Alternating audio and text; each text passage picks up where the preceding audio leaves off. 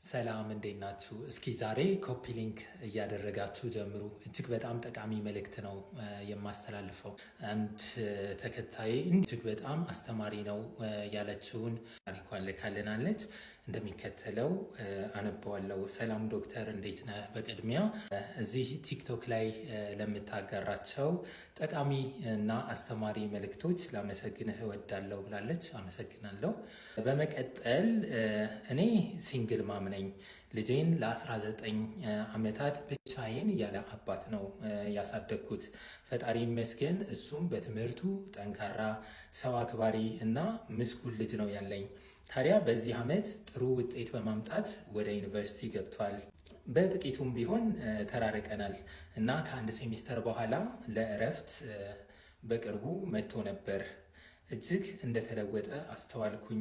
ብቻውን መሆን ይመርጣል። አብዛኛውን ጊዜ ከክፍሉ አይወጣም። ክፍሉ ሰው እንዲገባም ፈቃደኛ አይሆንም። ላናግረው ላቀርበው ስሞክር ባልተለመደ ሁኔታ ቁጡና ነጭናጫ ሆነብኝ። ሁኔታው በጣም ስላሳሰበኝ አጋጣሚ ተጠቅሜ ቦርሳውን ስፈትሽ ያየሁትን ማመን አልቻልኩም። እላዩ ላይ ትራማዶል የሚል ጽሑፍ ያለባቸው ያለቁና ያልተጀመሩ ከ20 ያላነሱ ካርቶኖች አገኘው። ጎግል ላይ ስለዚህ መድኃኒት ማንበብ ጀመርኩ። ዶክተር ብቸኛ ልጄን አይኔ እያየ ላጣው ነውና እባክህን እርዳኝ ይላል መልእክቷ። ትራማዶል ለህመም ማስታገሻነት የሚሰጥ መድኃኒት ነው።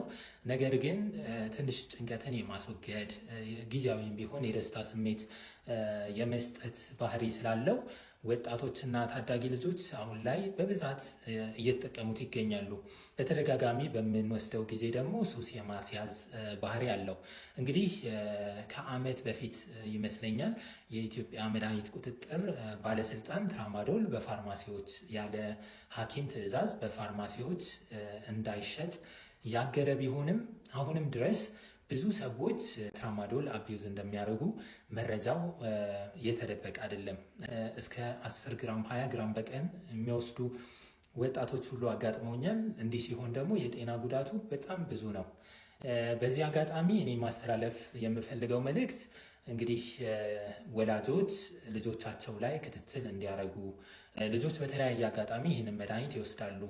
ልጆች ቅርብ ሆነን ስሜታቸውን የማንጋራ ከሆነ ከጭንቀት ለመገላገል እየተባለ የሚወሰድ ነገር ብዙ ዋጋ የሚያስከፍል ስለሆነ ወላጆች ልጆቻቸውን አቅርበው ሊያነጋግሯቸው፣ የሚሰማቸውን ነገር ሊጋሯቸው ይገባል የሚል ጠንከር ያለ